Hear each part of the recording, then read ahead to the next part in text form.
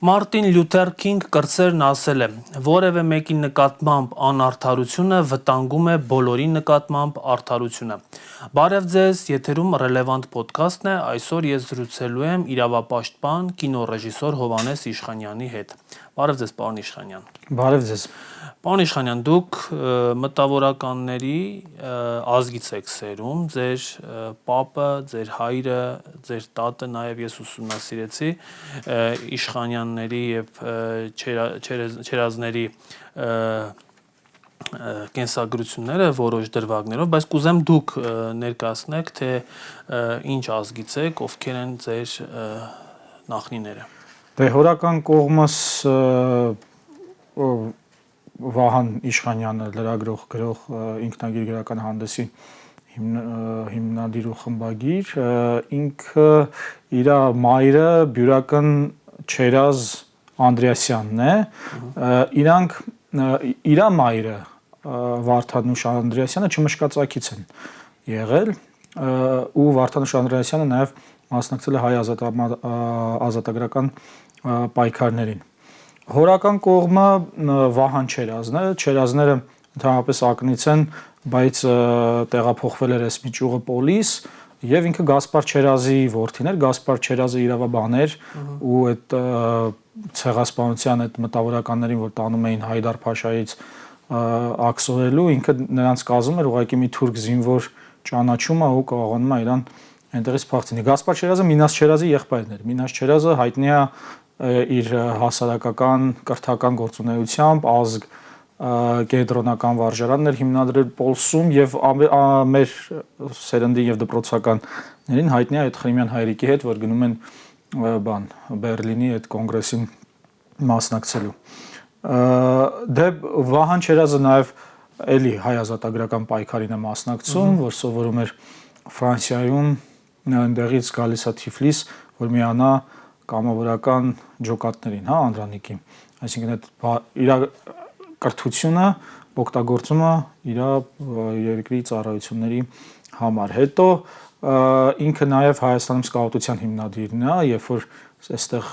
դաշնակցական իշխանություն Թուրքիայում էր, չէ՞։ Թուրքիա Պոլիսում էր։ Պոլսում նաև հիմնել է հայկական առաջի ֆուտբոլի ակումբները, հա։ Ու երբ որ 20,000 որբեր կենտրոնացած են լինում Ալեքսանդրապոլում, այսօրվա Գյումրիում,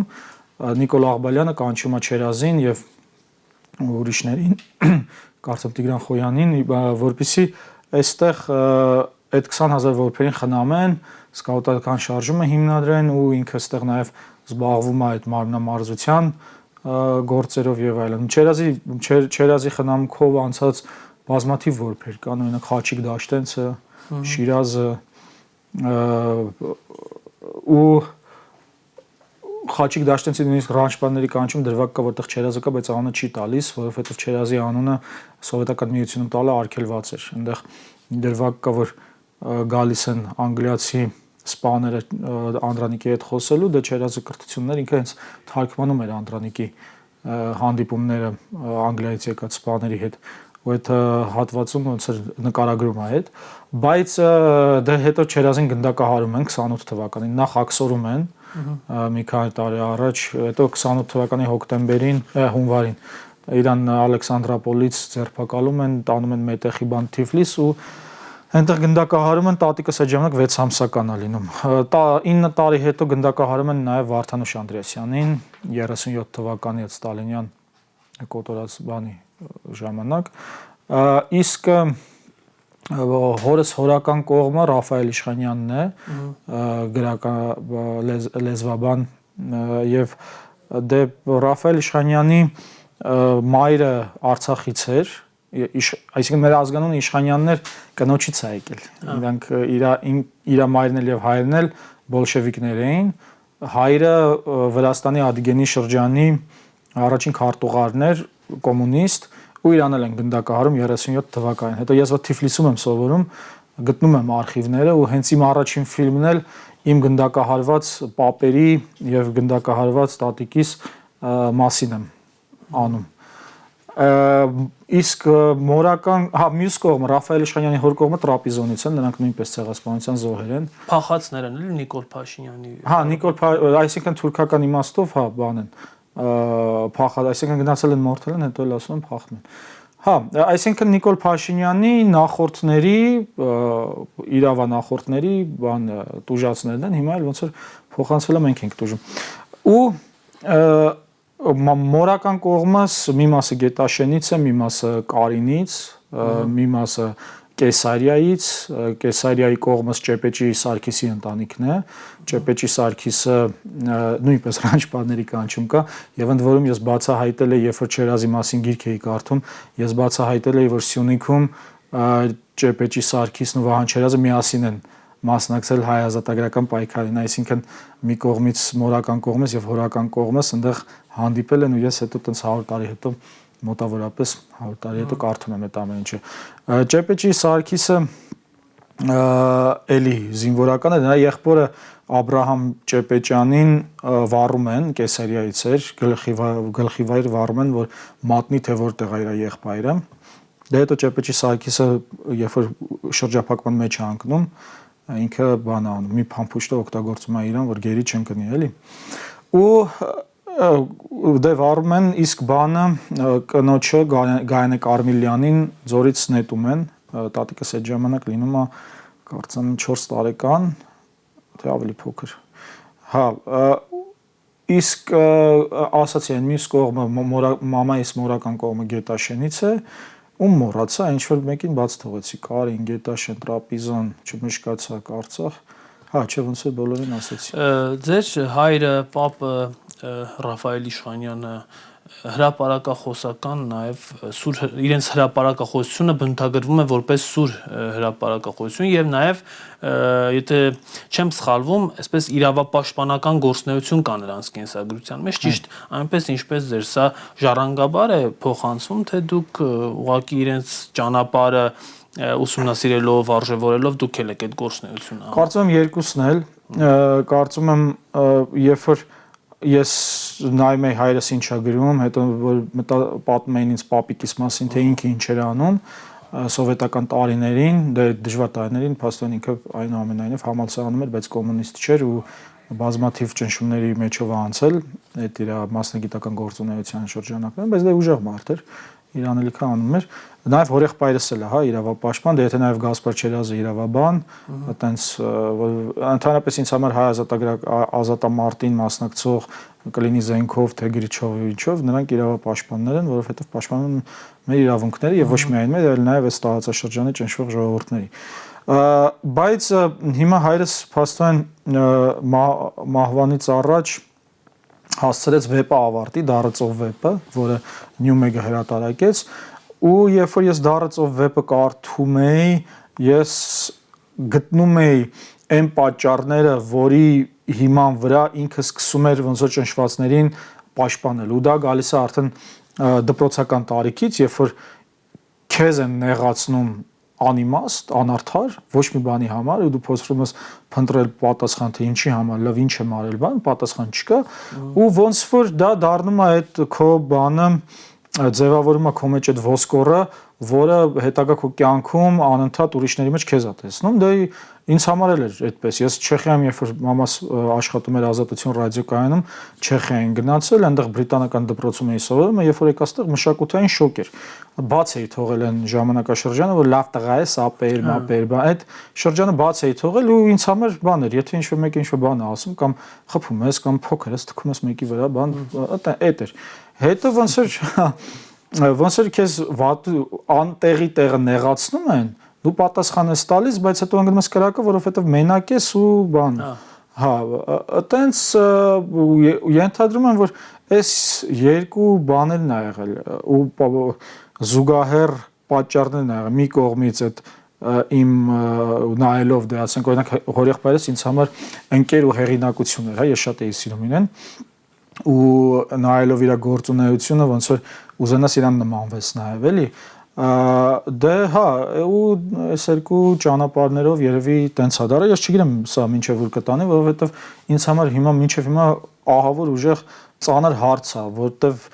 նայեք այս աղետները որ բերեց քաղաքացիական պայմանագիրը չէ պարզ է որ իշխանությունը փոխվի պետքա այս բազան այս իշխանական բազան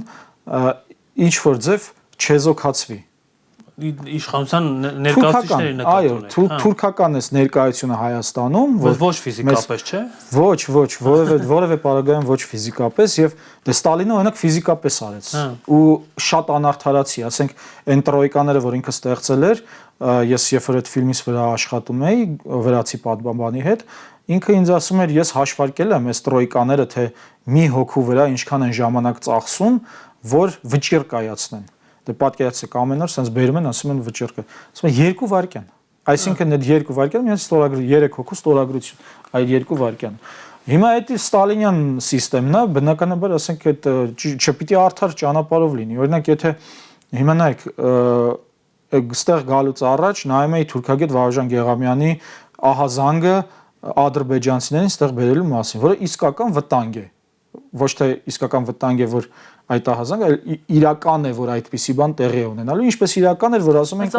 ասած որպես զբոսաշրջիկ են գալու։ Դե իր ասելը կապ չունի, ինքը սուտ է ասում, ինքը հասկանում եք, մենք գիտենք, որ ինքը պարզապես թուրքական քաղաքականության իրականացնողն է, եթե թուրքական ցեղասպանության ծրագրի մեջ պետք է ասել, որ զբոսաշրջիկ են գալիս, որպեսզի հայերին կարողանան կոտորեն, կասի, հիմա այդ իր ասածը էական չի։ Ահազանգում է ու մասնագետ է, չէ՞, մեր մասնագետն է, մեր համալսարանը ավարտած գիտնական մարդը ու ժողովրդին ասում է, ասենց վտանգ կա։ Հիմա նայում ես այն մյուսներին, որոնք ասենք նաև արտահոսած փաստաթղթերով ենթադրյալ Անգլիայի գործակալներ են, նկատի ունեմ Դանիել Յոհաննիսյանին։ Մենք Դանիել Յոհաննիսյան հələ կանրադառնանք, էլի, որտեղ շատ նյութ կա։ FIPM-ին, կանրադառնանք, Իրանք անընդհատ ոնց որ Արցախի ժամանակ էին ասում, այդ միֆերը, հեքիաթները, դավադրության տեսությունները Գայանե Աբրահամյանը գնաք նայեք 2019 թվականի, ինչ եմ ասում, նախկին իմ քայլական պատգամավոր, հա։ Այդ որ տենց ասում են բան Արցախը հանձնել, բան դուք սրիկաներ չգիտեմ ինչ։ Հիմա նույնը անում է այս ադրբեջանցիները։ Հա հեգնում են, հիշում եք Վահան Կոստանյանը, որ Շուշիում նկարեր հրապարակել, գրել էր եկել ենք հանձնել, sense հեգանքով։ Ճիշտ է, հենց բանի եկեղեցու մոտ է։ Հազանչեցոցի։ Այսինքն հիմա նույն բանն են անում, որևէ փոփոխություն չկա։ Հիմա հասկանալի է, չէ՞, որ այս մարդիկ իրանց ագիտացիայով, պրոպագանդայով, զազրախոսությամբ վնասում են իմ եւ իմ ընտանիքի, ազգային ընտանիքիս ապահովությունը, իրավունքները, որովհետեւ նրանց ասածները փափուկ բարձա մարդու գլխին դնել, որը հետագայում խնդրեմ 150,000 մարդու էթնիկ զտման պատճառ է դառնում։ Հիմա ինչ պետք է անես սրա, այս խոսքի հետ կա ազատ խոսքի սկզբունքը, որ մարդը պետք է ազատ խոսա, չնայած բանով մարդու իրավունքների եվրոպական կոնվենցիայով 10-րդ հոդվածն է 2-րդ մասով դա սահմանափակում ունի, եթե վերաբերում է տարածքային ամբողջականությանը, օրենքով սահմանված դեպքեր։ Հա, ում բանն է, այս մարդը, հիմա սա լուրջ մաթեմատիկա, ես սիրում եմ մաթեմատիկա, իմ առաջին մասնագիտությունը հենց բանը մաթեմատիկայի գծով է, հիմա լուրջ բան է, խնդիր է, առաջը դրած։ Կա ազատ խոսքի իրավունք, կա արդարություն, մարդու իրավունքներ եւ կան այս խմբերը, որոնք մարդիկ են, չէ, որոնք sense վատություն են անում, վնասարարություն են անում, ինչ պետք է անես։ Եվ դրա համար մեզ պետք է շատ լուրջ քաղաքական գործիչներ, որտեղ քաղաքականությունը հենց այս մաթեմատիկական խնդիրները լուծելու մեջ է, որպեսզի դու արդարությանը չվնասես մարդու բարոյականությունը, իրավունքները եւ մնացած բաները, բայց կարողանաս ապահովել այդ անվտանգությունը, ապահովությունը եւ այլն։ Երեք զորահանդես տեղի ունեցավ, տպավորված եք այդ զորահանդեսից։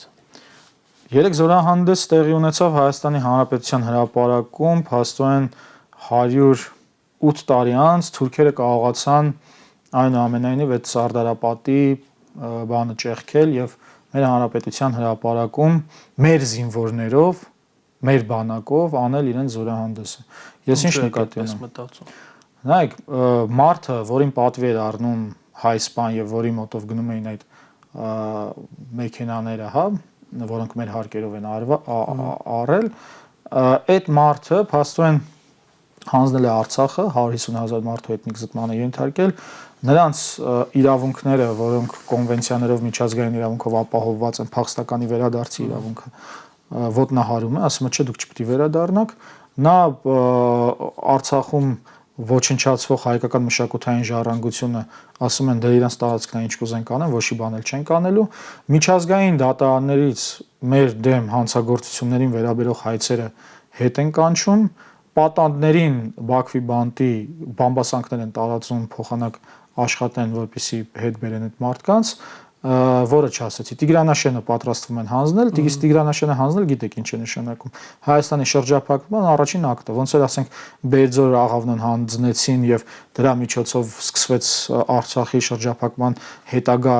աշխատանքները նույնն էլ այստեղ այդ Տիգրանաշենով այլն։ Այդ որ ասում են ադրբեջանցիներին չենք բերելու Հայաստան, բայց Տիգրանաշեն եք հանձնում, այդ չեղավ, բերում եք Հայաստան, այ քեզ բան։ Էլ չեմ ասում Ջերմուկի Սյունիքում այդ տարածքներում մեր բարձունքներում որ բերել նստացրել եք ու Արցախում որ հիմա ադրբեջանցիներ եք բերել։ Այս ամբողջ կոնտեքստում փաստորեն այսինքն այդ զորահանդեսում ցուցադրվող զենքը մեր դեմ է օգտագործվում։ Այո, այդ ցուցադրվող զենքը Տիգրանաշենը հանձնելու ապահովությունը պահպանելու համար է։ Այսօր որ գեներալները տվել այս արարածը մեր բանակի սպայերին, հա մեր անվտանգությունը պաշտպանելու համար միտված մարդկանց, ինքը այդ գեներալի կոչումը տվել է Տիգրանաշենը հանձնելու նպատակով։ Բայց այդ ով որ ստացել է ձեր կարծիքով ինքը այդպես տեղյակ էր այդ ամեն ինչից ոնց որ դուք։ Դե գիտեք, տեղական չէ, այդ բանի հարցը, էլի քաղաքական էլիտայի հարցը փոխվեց, քաղաքական էլիտան իրանք էլ կփոխվեն ու կսկսեն մեր անվտանգությունը պաշտպանել։ Հիմա տեսեք օրինակ Ճեպեջի Սարգիսից խոսացի, ինքը Օսմանյան կայսրության բանակի սպա էր։ Հետո բանի ժամանակ այդ ցեղասպանության տարիներին այդ երիտի թուրքերի կատարած սուտ հեղափոխությունից հետո ոնց որ սրանք են սուտ հեղափոխություն անել, չմոռանանք, որ մի հատ էլ 20-րդ դարի սկզբին տենց եղավ։ Ճեպեջի Սարգիսը միացավ մեր ոնց ու նույնն էլ այստեղ է լինելու։ Հա, բայց շարունակելով թեման, այսինքն այդ զենք զինամթերքը դրա համար է։ Հետո գիտեք, պետք չի մոռանալ նաև որ Սու-30-ով եւ Դավիթ Տոնոյանի հետ վեր կացան այդ շոու PR ռեակցիան արեցին եւ մեր ռազմական փորձագետները բացատրում են ասում են դուք չեք ցնդել այս բանի մեր պաշտպանությունը ստեղծված է հակաօթային տրամաբանության վրա որպես թշնամուն հակազդելու միջոցի mēs սուերը առել եք ինչ պետք է անենք այս սուերը եւ խնդրեմ 44 օրյա պատերազմին բերեցին նստեցրեցին Արծուն Հովանեսյանին որը շատ խելացի բանի ռազմիկի տոնով բացատրում էր թե ինչի այդ սու 30-ները չեն թռնում որոնք հրթիռ չունեին Հա, եւ հրթիռ չունեին, այսինքն հիմա էլ նույն բանն է։ Ես չեմ նայել ճիշտն ասած զորահանդեսը, որովհետեւ դա ինձ համար նվաստացուցիչ է նայել թե ոնց են պատվի առնում իմ ընտանիքի ցեղասպանին, հայ սպայերը, բայց այնուամենայնիվ երեք խոսում էի մի բանի ազատամարտիկի հետ, որը նկատել էր, որ մինամյոտները, հա, ականանետները, բաները սվարկա են արել այդ մեքենաների վրա։ Հա, իսկ այդ նշանակում է, որ դու իրան հեշտ թիրախ ես դարձնում։ Այդ մեքենան ինքը հեշտ թիրախ է, դրա երկու զինվոր այդ մինամյոտը իրար հետ տանում են, որպեսզի այդ բանը թիրախ չդառնա։ Հիմա այստեղ բերել են, ասենք, այդ մեքենաները սիրուն ներկել են գուաշով բանման, հա, այդ արտաքին տեսքն է թուրքական։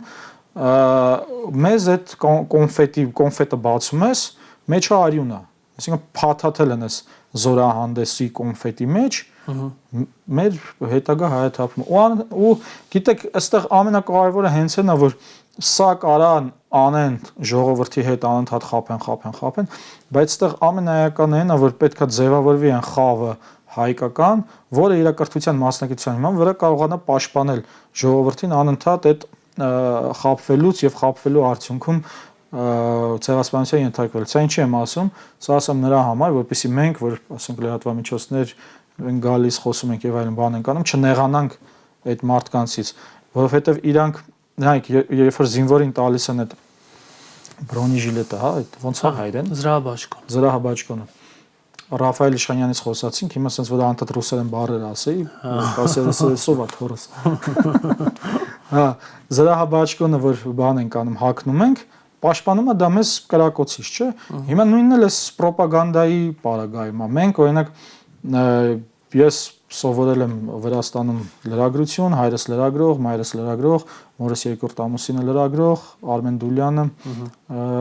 ու այս պայմաններում ինչ որ զրահաբաճկոն է ձևավորվել իմ ուղեղում այդ հարվածներից պաշտպանվելու համար ու ընդ որում այնց չի որ sense լրիվ ձևավորվել է այդ զրահաբաճկոնը էլի երբեմն ինչ որ փամփուշտներով կարողանում են մտնեն մեջը եւ ստանալ իրենց ուզած արդյունքը։ Ու դրա համար մեր կրթությունը հենց նրա համար է, որպեսզի մենք մեկս մյուսին փոխ լրացնելով պաշտպանենք իրար, էլի։ Այս իմ մոտեցումն է։ Ես ասացի, որ պետք է խոսանք նաև Դանիել Յոհաննիսյանից, իմ եւ ձեր կողմից շատ սիրված, ինչի, որովհետեւ Դանիել Յոհաննիսյանը վերջին շրջանում շատ ակտիվ է։ Նախ ազգի մի կեսին հանեց KGB-ի գործակալ, այն մյուս կեսին Ռուսաստանի լրտես, այն երրորդ կեսին ազդեցության գործակալ, ինչ որ մի հատ Կավկասկայա չգիտեմ ինչ անունով անհայտ կայքի հրապարակումները բանանում Facebook-ում անընդհատ տարածում, իբր Միքայել Սրբազանը, չգիտեմ ով, երևի դուք էլ կլինեք, չգիտեմ այդ ցանկում չեմ բացառում կամ ես, բոլորս գործակալներ ենք։ Բոլոր նորմալ մարդիկ, ովքեր Արցախի ինքնորոշման համար են պայքարում, ըստ նրանց գործակալը։ Ու այս հենց մի կողմ, ասում է, եթե Ռուսաստանը գազը թանկացնի, մենք կազգայնացնենք Գազպրոմ Արմենիան։ Ու լիքը մարդ էլ դրան հավատում է։ Այ դուք հիմնել եք Դանիել Յոհաննիսյանի փաստերի ստուգման հարթակի փաստերի ստուգման հարթակ, չէ՞։ Փաստերի ստուգման հարթակների ստուգման հարթակ։ Բայց ոչ միայն Դանիել Յոհաննիսյանի, մի քանի հատ կան նաև իրանցը։ Դե ինքը առաջամարտիկն է, էլի, թե որտեղ հարթակների զորահանդես որ լինի ինքը պրոֆեսիոնալիզմի խայտարակության առումով այո առաջատամարտիկ։ Հա։ Հիմա այս մարդը ձեր կարծիքով ինչ դերակատարություն է ստանձնել եւ ինչու եք դուք որոշել, որ պետք է իր հրապարակումները ստուգման ենթարկել։ Ինքը հանրային կարծիքի վրա ազդեցություն ունի ռեալ։ Միանգամից եւ խոսում ենք այս մարդու մասին, պետք է առաջին բանը որ ասենք, որ ինքը երակի զրպարտիչ է։ 3 անգամ ինքը դատապարտվել է զրպարտության համար, մի անգամ Նայիրի Հոխիկյանի, ընդ որում փողն էլ մինչև հիմա չի տալիս, դատական ակտով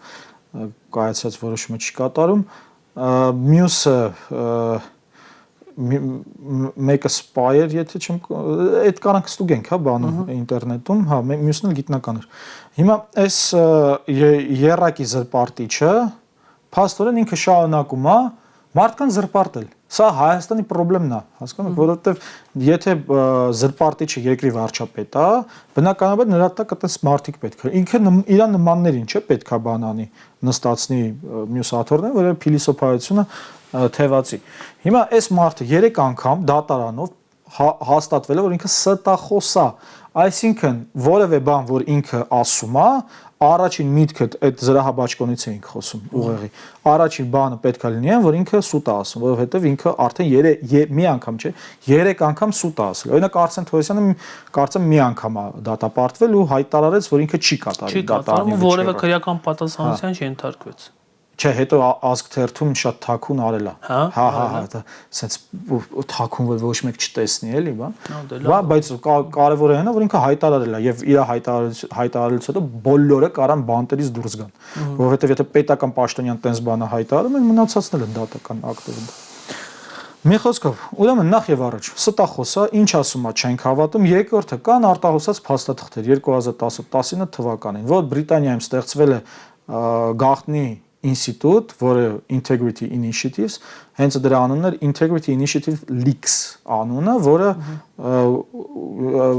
արտասահմանցի հետաքննող լրագրողները ասում են Snowden-ից հետո ամենամեծ արտահոսքն է, որտեղ պարզվել է կար առանձին մի հատ ծրագիր, կոչվում էր Exposed Network։ Ինչ էր սա։ Իրենք հավաքագրում էին տարբեր երկրների փաստերի ստուգման հարթակներին, որոնց միջոցով իրականացնում էին իրենց կմահաճույքներին համապատասխան գործողություններ, այսինքն այս պարագայում հակառուսականություն, ռուսոֆոբիա են տարածում։ Հիմա այս Դանիել Յոհաննիսյանից սուտ AM-ը այդ ցանկի մեջ է։ Սուտ AM-ը հետո անվանափոխվեց FIP։ Արտահոսքից երկու շաբաթ առաջ մոտավորապես FIP AM անունը դրեցին, հետո այդ արտահոսքը եղավ 2 շաբաթ բանով զազորով։ Հիմա, այսինքն սա այն չի, որովհետև այս տղան գնում է ինչ-որ տեղեր հարցազրույցներ է տալիս, ասում է, բան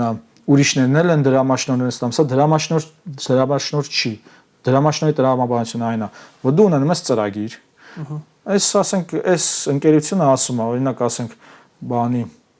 գյուղատնտեսության համար, այնտեղ ինչ-որ կանաչ գոտի ստեղծելու համար, ես ասենք դրամաշնորհ եմ տալիս։ Դու գնում ես ծրագիրդ,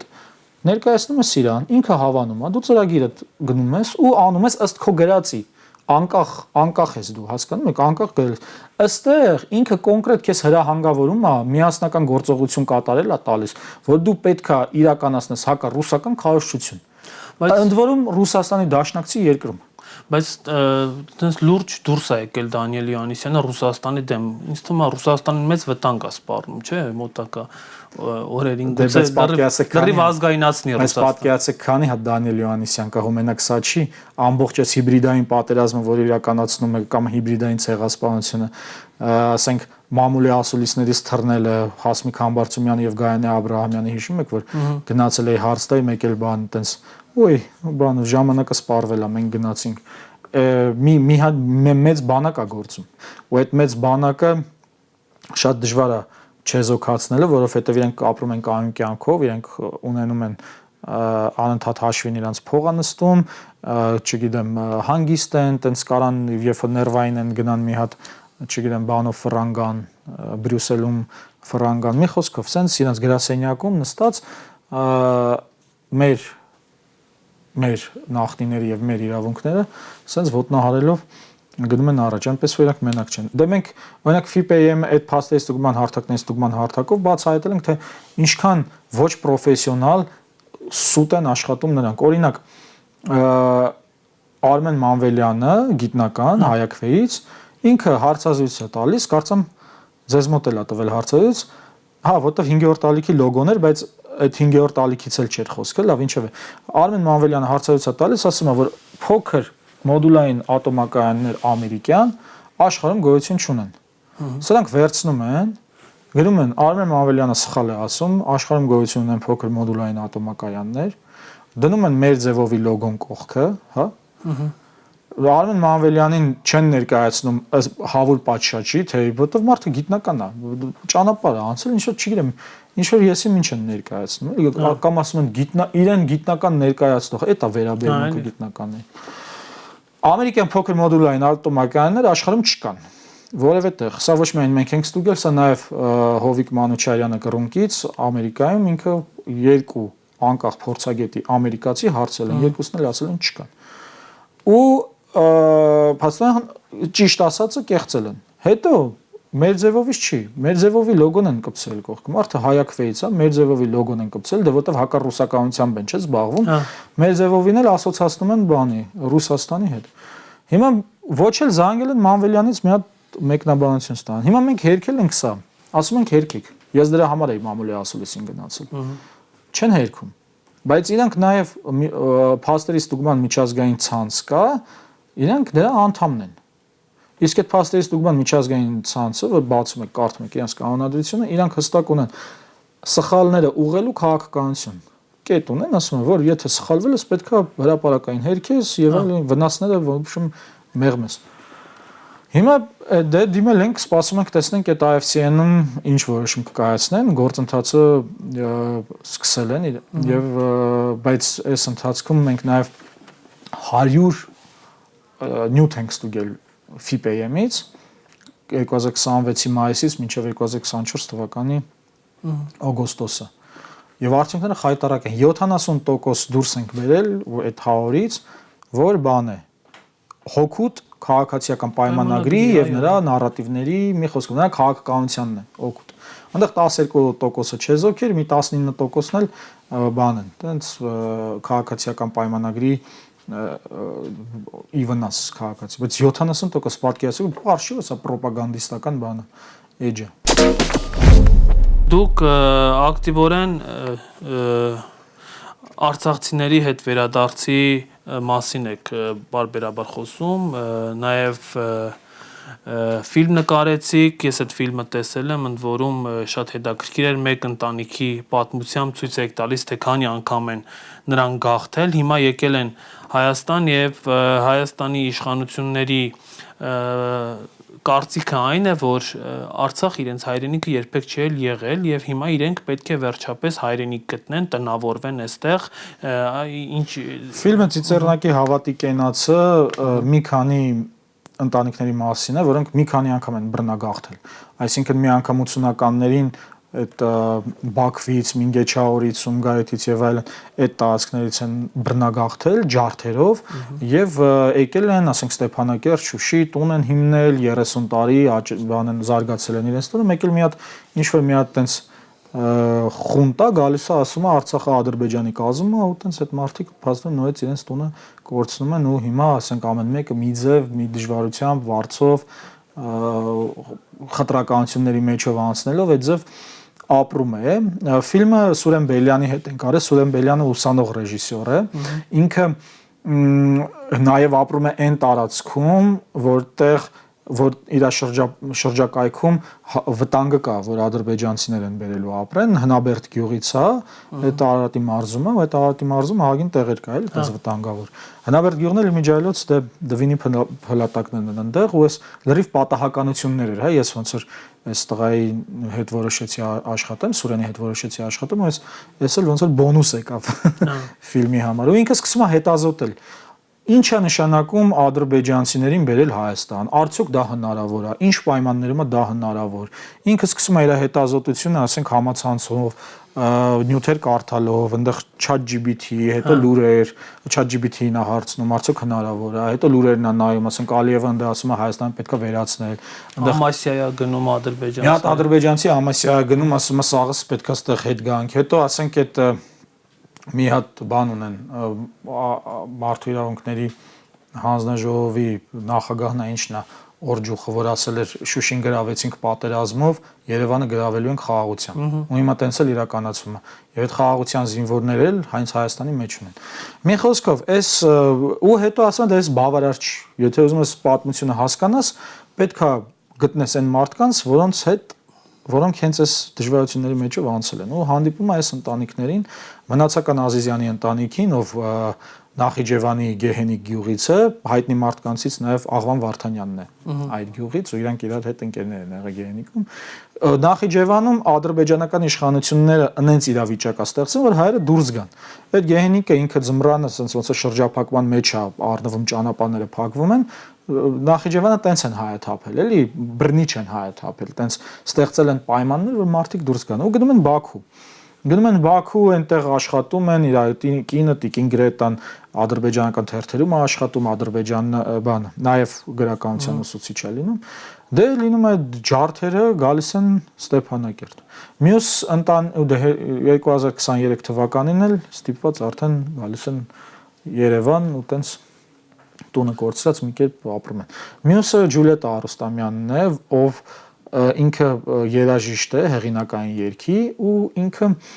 ակումբ էր ստեղծել Շուշիում։ Շատ սիրուն ակումբ էր, երեխեքի հետ հեղինակային երգերի։ Բայց ինքն էլ Մինգեչաուրում է ծնված լինում, Մինգեչաուրում պատմում է, թե ոնց էին վերաբերում ադրբեջանցիք, ինչ հարաբերություններ էին ու այդ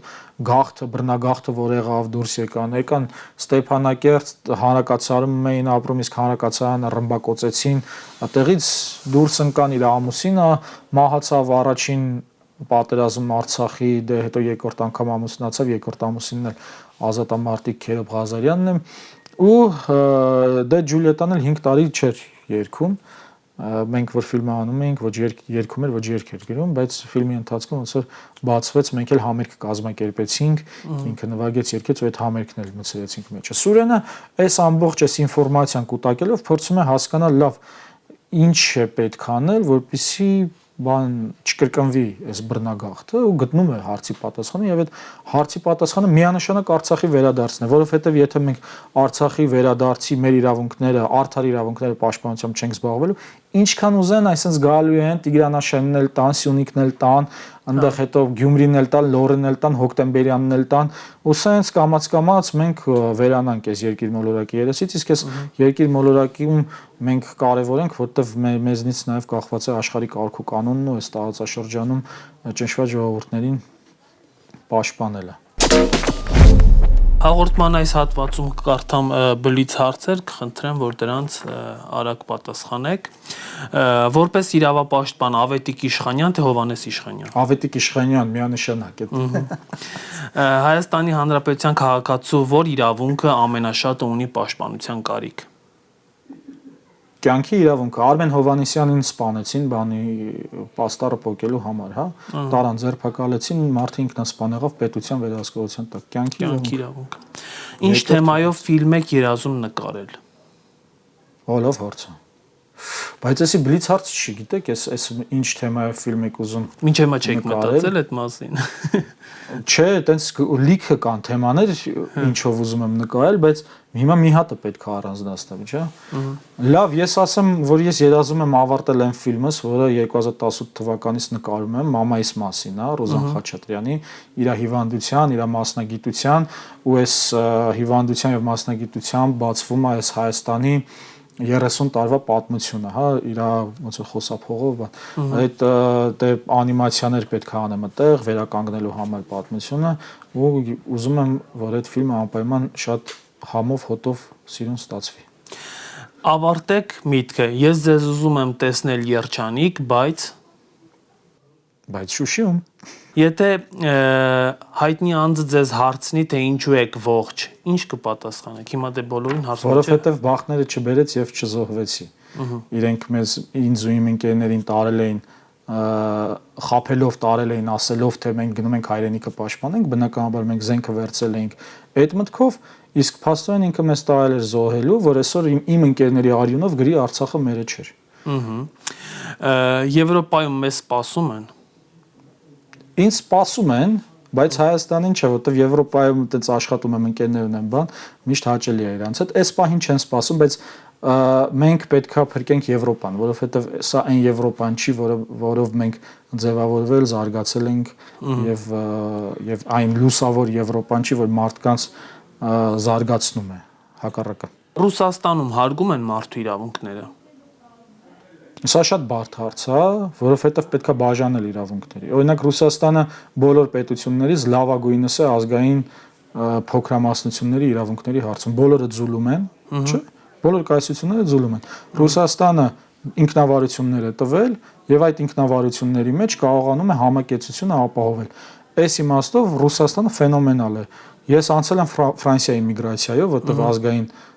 վիզա էի ստացել, 4 ամսով պետքա գնայի, 3 ամսից ավել է ազգային վիզա։ Ու միգրացիայով պետքա անցնի։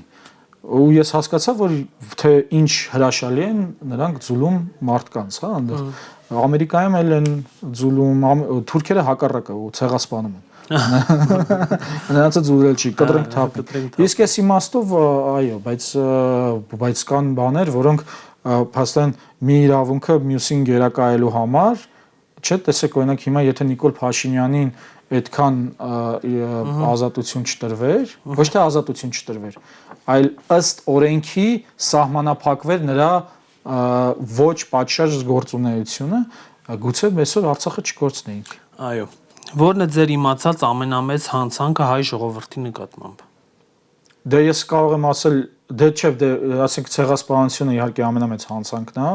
բանի որը շարունակվում է, որը չի ավարտվել եւ այս ինչ որ հիմա մենք տեսնում ենք, պարզապես դրա շարունակությունն է։ Այսինքն հանցանքը չի ավարտվել, հեսա ավելի է մեծանում, ամեն օրը մի քիչ մեծանում է։ Ինչ կասեիք Նիկոլ Փաշինյանին, եթե հանդիպեիք։ Չէ, ես դավաճանների հետ չեմ խոսում, ես իրան ոչ մի բան չունեմ ասել։ Նույն մակարդակը չի։ Շատ լավ, եւ 3 բառով նկարագրեք այսօրվա հային։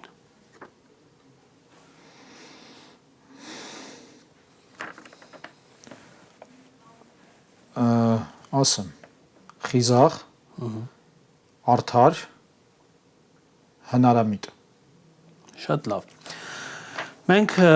փորձեցինք զրուցել նաև ձեզնից, մի քիչ էլ Դանիել Յուաննիսյանից, մի քիչ էլ այսօրվա կարևոր թեմաներից։ Շնորհակալ եմ շատ այս զրույցի համար։ Հարգելի հեռուստադիտողներ, ես զրուցում էի իրավապաշտպան կինոռեժիսոր Հովհաննես Իշխանյանի հետ, կհանդիպենք եկող շաբաթ։